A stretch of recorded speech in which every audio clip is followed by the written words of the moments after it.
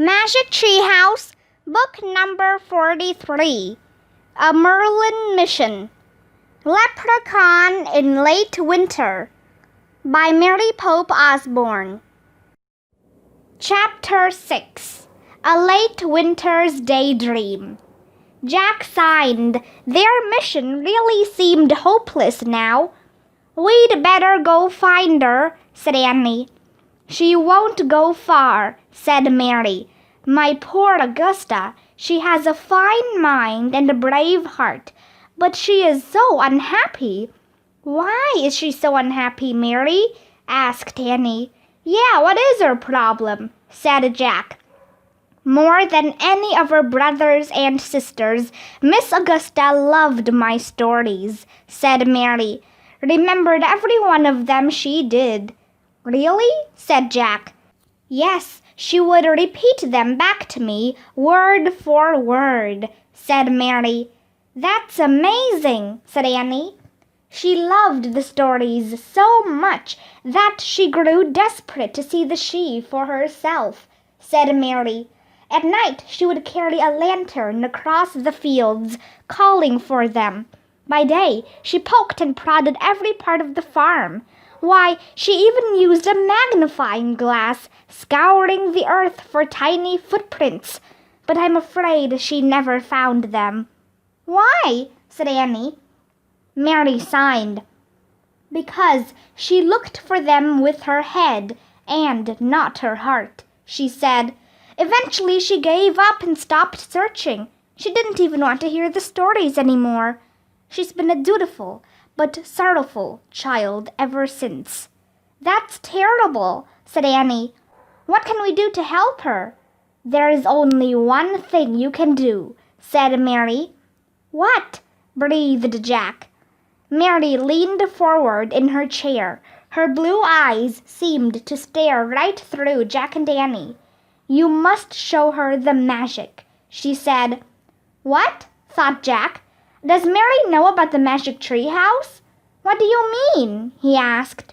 "I know that you children are like me. You see things that others don't," said Mary. "Help Augusta see them too. Help her find the magic in the fields and in the forest." For a moment Jack and Annie didn't say anything. The wind blew through the open door. The fire crackled. Then Annie took a deep breath. "Okay," she said. "We know exactly what to do." "We do?" said Jack. "Yep, we'll talk about it outside," said Annie. "Thanks, Mary. We'll find Augusta and take care of everything." Jack and Annie stood up to go. 1:20 fare thee well on this wonderful winter day," said Mary. 1:20 to you too," said Jack. Then he and Annie left the cozy cottage, scattering the winter birds by the front door.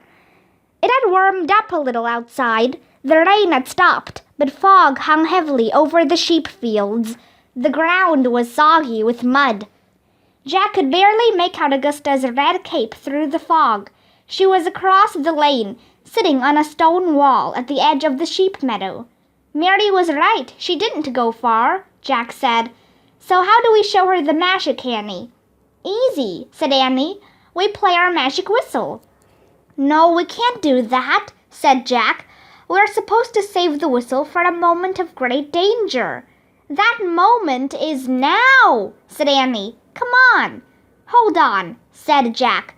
"What great danger are we facing right now?" "Not us, Augusta," said Annie. "She faces the great danger of losing all hope and happiness and being bored and sad for the rest of her life and never being inspired and never sharing her gifts with the world. It's almost too late already." Okay, said Jack. "But are we just going to go up to her and start blowing the whistle and singing? That seems pretty weird." Yeah, it does," said Annie. "How about this?" said Jack. "We'll tell Augusta that we want to put on a play for her." "A play?" said Annie. "Yep," said Jack. "We can tell her we want to prove that we weren't lying, that we really were in a play by Shakespeare." "Oh, cool," said Annie. "Then what?" We play the magic whistle, said Jack. We sing about the she, we make them appear like in Mary's story, galloping and thundering. Augusta sees them. She gets inspired. Our mission's done. Perfect, said Annie. Let's go. Jack and Danny hurried across the lane to the stone wall. Excuse us, Miss Augusta, said Annie. We just had a really great idea. Want to hear it? Augusta didn't answer. She kept staring at the ground. How would you like to see a play? Said Jack. Augusta looked up. A play? She said. We want to put on our own play for you, said Annie. Why? Said Augusta. Because it's really good, said Jack. And maybe it will prove to you that we really were in a play by Shakespeare. Augusta looked doubtful. Come on, you'll love it, said Annie. Do you know a quiet spot where no one can bother us? Augusta bit her lip and looked around. Then she stood up. All right, she said. The river near the old forest. I used to go there with my brothers. Great, said Jack. Annie and Jack followed Augusta through the rain-soaked, misty meadow. They walked past grazing sheep, then down a slope toward a wide, rushing river. The river separated the sheep's meadow from an old forest. Jack could barely see the trees through the ghostly fog. Augusta stopped on a low ridge above the river bank, near some large rocks. Here, she said. Good, those rocks can be our stage, said Jack. Jack and Danny climbed the pile of small boulders and stood on a large, flat rock. Okay, said Annie. The name of this play is A Late Winter's Daydream. Not bad, thought Jack. And this is what's going to happen, said Annie. Jack will be the narrator. I'll play the Irish whistle, and Jack will sing a song that tells the story. What? Said Jack. Excuse us a minute, Augusta. Jack turned to Annie. Why me sing? He whispered. Why not I play and you sing? No, I want to play, said Annie. You took notes at Mary's, right? So just say a few words to describe the scene. Then use your notes about the she to make up a song. You can do that, can't you? I guess, said Jack. Cool, said Annie. Give me the whistle. Jack reached into his pockets and pulled out his notebook and the Irish whistle. He gave the whistle to Annie. Sorry, Miss Augusta, said Annie. We're almost ready. She whispered directions to Jack. Okay, say your introduction. I'll start to play. Then you'll start to sing. Then, I've got it, said Jack. Let's just start. Jack and Danny turned to face Augusta. Jack cleared his throat. Then he spoke in a loud voice. All is still in an old forest until music sounds from a hidden world. Jack nodded to Annie. Annie raised the magic Irish whistle to her lips and began to play. Strange, sweet music came from the whistle. The music was both sad and happy. It was full of beauty and hope, pain and sorrow. Like the fog over the river, the music seemed to blend everything together. For a moment, the whistle music was so powerful that Jack couldn't sing. He felt like crying and laughing at the same time. Finally, he looked down at his notes and began to sing. In the spinning of light, in a cloud like a dream, a bridge appeared over a wide flowing stream. Jack surprised himself. He thought his words for the song sounded pretty good. A long, fluttering high note burst from Annie's whistle. Bright, dancing light flowed across the river. The light arched through the fog toward Jack, Annie, and Augusta. Augusta gasped. Jack looked back down at his notes and sang. Some came on horses, some came with wings, from an enchanted world, little queens, little kings. The wind began to blow. Jack looked up. Leaves and grass and twigs were flying everywhere. The whistle music grew wilder. Thundering and rumbling sounds came from the old forest. A herd of very small white horses galloped out of the mist. On their backs were proud and lovely riders, men in gold helmets, women with long hair floating on the wind. Their capes and gowns were the colors of nature, the pale rose of a spring dawn, the green of summer hummingbirds, the blue of winter twilight, and the gold of autumn oak leaves. "The Sidhe!" cried Augusta. Chapter 7. Willie. Hundreds of Sidhe swarmed over the bright bridge. Behind the galloping riders, more Sidhe came fluttering on wings like butterflies. Augusta stood up as if in a trance, her hands clasped over her heart. "Oh, wow!" breathed Annie. "Keep playing!" shouted Jack. Annie blew into the whistle again. The Sidhe flew and galloped along the wide, grassy bank. Their horses, fleet as the wind, had arched necks and flaming eyes. They moved faster and faster, swirling into a blinding circle of light and color. The soaring sounds of the music inspired Jack to soar with his words, too. He looked at his notebook and sang, "In a swirl they leave, so wild, so free, with a lonely girl to the hill of the Sidhe." "Jack, no!" shouted Annie. A mighty blast of wind nearly blew Jack and Annie off their rock. They crouched down and covered their heads.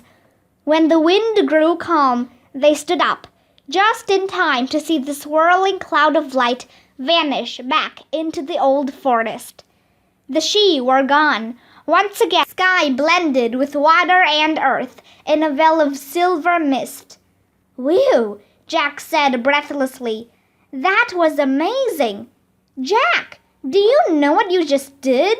"Yeah, I made the Sidhe appear and disappear," Jack said. "I used my notes from Mary's story just like we planned." "Yes, you did that," said Annie. "And you made Augusta disappear too." "What?" said Jack. "The Sidhe took Augusta," said Annie. "I tried to stop you, but it was too late. You'd already sung those words." "What words?" said Jack. "You sang, 'In a swirl they leave, so wild, so free, with a lonely girl to the hill of the Sidhe,'" said Annie. "I was just reading from my notes," said Jack. "They took Augusta, are you sure?" "Yes, she's gone," said Annie. "Oh, no," said Jack. He and Annie ran to the ridge above the river. "Augusta!" he shouted. There was no sign of Augusta's red cape anywhere. "See, she's gone," said Annie. "It's all my fault," said Jack. "You couldn't help yourself," said Annie. "But I'm responsible," said Jack. "We have to get her back." "Maybe Mary can help us," said Annie. "Wait, listen," said Jack. "What's that sound?" Squeaky noises were coming from behind the pile of small boulders. It sounded as if someone was trying to play the magic whistle. But the sound was definitely not magical. "The whistle! I must have dropped it," said Annie. "Maybe it's Augusta," said Jack. Jack and Annie ran back and looked over the rocks. A man no higher than Jack's knee was blowing into the whistle. The man wore a green jacket and a three-cornered red cap with a white feather. He had big ears, a bushy red beard, skinny little legs, and silver buckles on his shoes. "Oh, man," said Jack. "A leprechaun," whispered Annie. Jack and Annie just stared at the leprechaun as he blew into the whistle. His small, bony fingers danced over its 6 holes, but only squeaks, chirps, and hollow tweeting sounds came out. The leprechaun blew harder and harder. Then he stopped. He turned the whistle over and looked at it closely. He shook his head and frowned. "Hello," said Annie. The leprechaun jumped and looked up. "Well, hello yourself," he said, grinning. "You startled me. Here, take this back. It's no use to me, as you can plainly hear." The little man held up the whistle. Jack reached over the rock and took it. He slipped it back into the pocket of his coat. "Listen, we need your help," said Jack. "Our friend—" "Oh, you humans, always in such a hurry," the leprechaun said. "Sorry," said Jack, But we really need you to help us. You see, first of all, who are you? The leprechaun asked. I'm Jack. She's my sister Annie, said Jack. Our friend? Ah, well then, Jack and sister Annie, I'm Willie, said the leprechaun. Now let's get a few things straight right away. Never call me Little Willie or Tiny Willie. I don't like it. And never ever call me Wee Willie. That's the one I hate the most. Okay, fine, said Jack. But, Jack, let me handle this, said Annie. She turned to the leprechaun. Willie, why didn't you go back over the river with the she? Ask me why I came over the river in the first place, and I'll tell you the answers to both questions, said Willie. Okay, why did you come over the river in the first place, Willie? And why didn't you go back across with the she? Said Annie. Answer number 1. I was having a bit of a nap in the reeds when I heard your whistle playing, said Willie. Before I knew it, I was moving with the she across the bridge. Probably you didn't see me. Lost in the swirl of things, I was. Excuse me, started Jack. I've heard some good whistle playing, Willie said. But yours, Missy, was like none I ever heard from a human, not in the 900 years of my life. So, answer number 2. I didn't go back over the river because I wanted to find out the secret of your playing.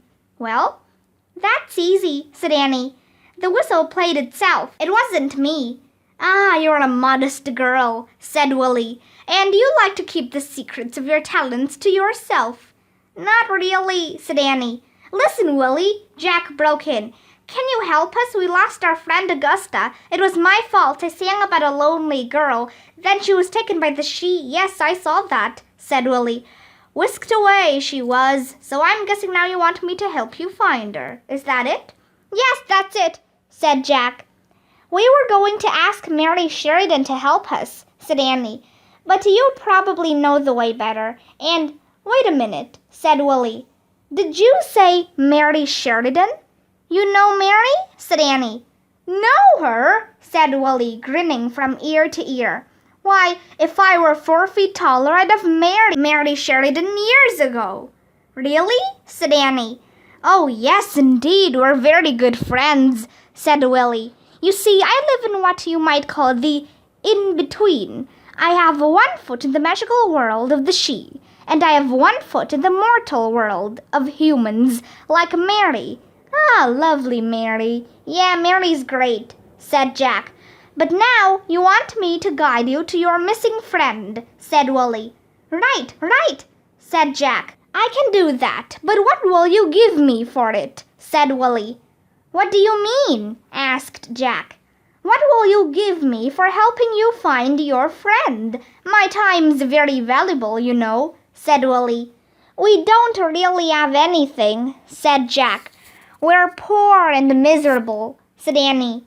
I can see that, said Willie.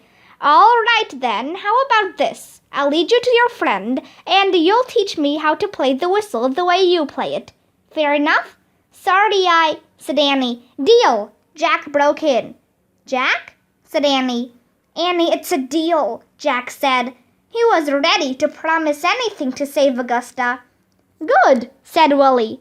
I'd love to play like that for Mary someday. Now, the path I'm about to show you is very, very secret. You must never show another living soul. Of course not, said Jack.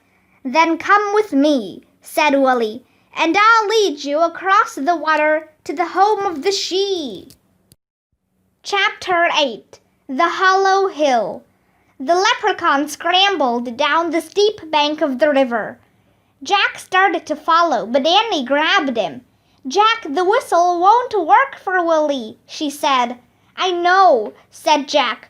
We'll worry about that later. Right now, we just have to save Augusta. Come on. Jack and Annie hurried after Willie to the wide, rushing river. How do we get across? Jack asked. Follow me along the river, said Willie, and I'll show you. Step lightly. Willie skipped ahead of them along the river bank. Jack and Annie followed. Jack tried to step lightly, but it was impossible. slopping through the mud, his boots filled with ooze and made squishing sounds with every step. The river grew narrower and narrower, twisting and turning like a snake. The mist grew thicker until Jack could hardly see a thing. He bumped into Willie, almost knocking him over. "Careful, laddie," said the leprechaun. "Sorry," said Jack.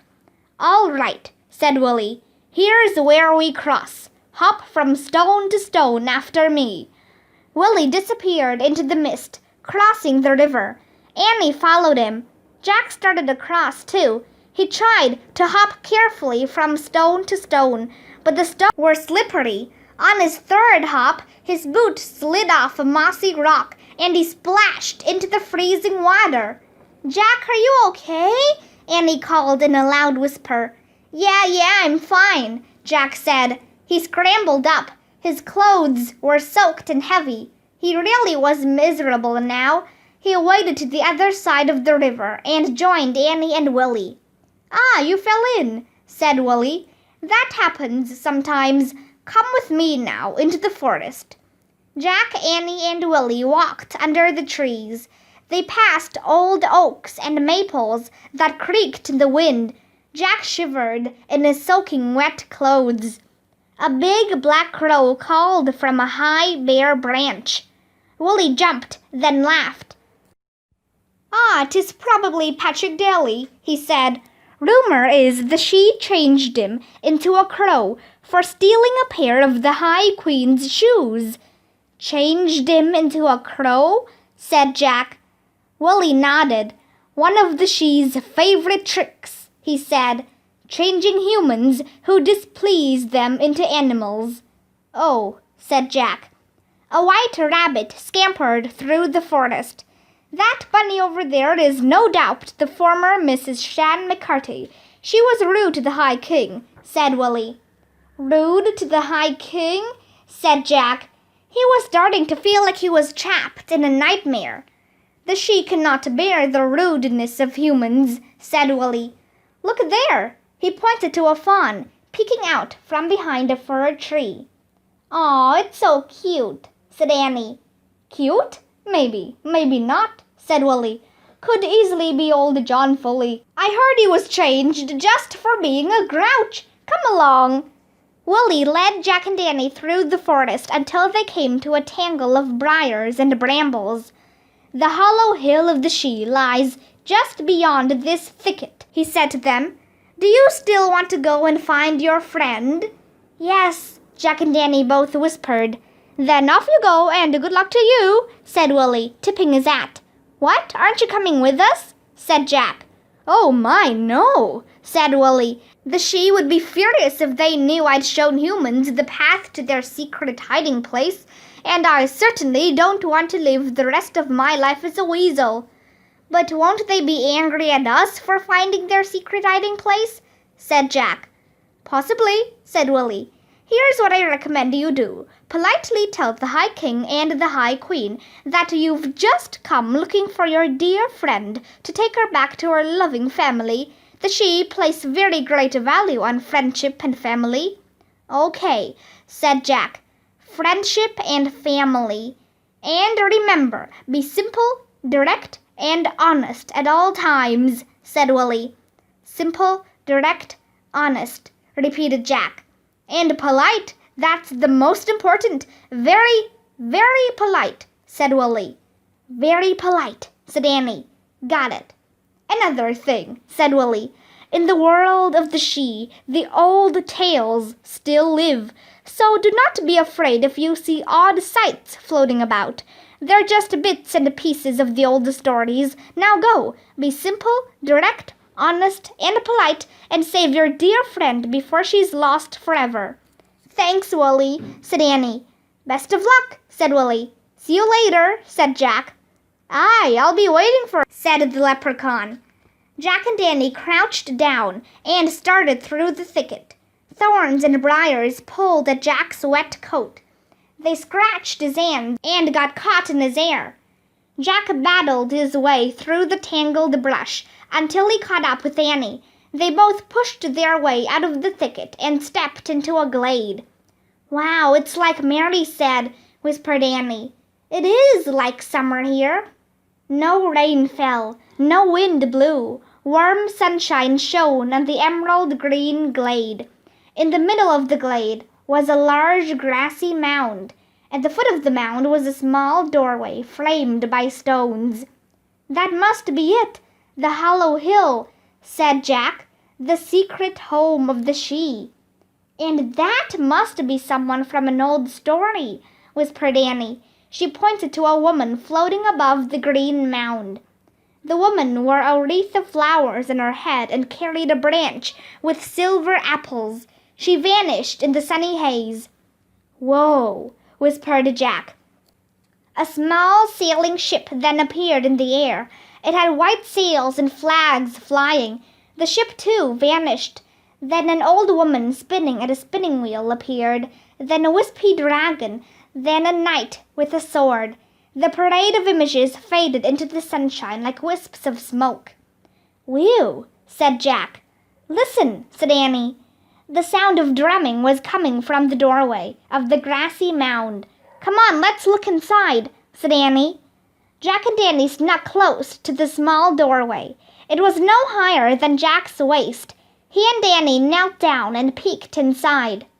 The hollow hill was filled with a pale green light. Very small dancers, none more than 8 inches tall, were bathed in the light. As drummers pounded tiny drums, the dancers danced together in rows. They held their arms straight by their sides and kicked their legs and turned around and around to the rhythm of the drums. A small shining couple sat on high golden chairs watching the dancers. They wore golden crowns. They must be the High King and the High Queen, whispered Annie. Jack and Annie watched until the rows of dancers parted. Then they could see a third person watching the dance. She was no taller than the dancers. Wrapped around her shoulders was a red cape. It's Augusta, said Annie.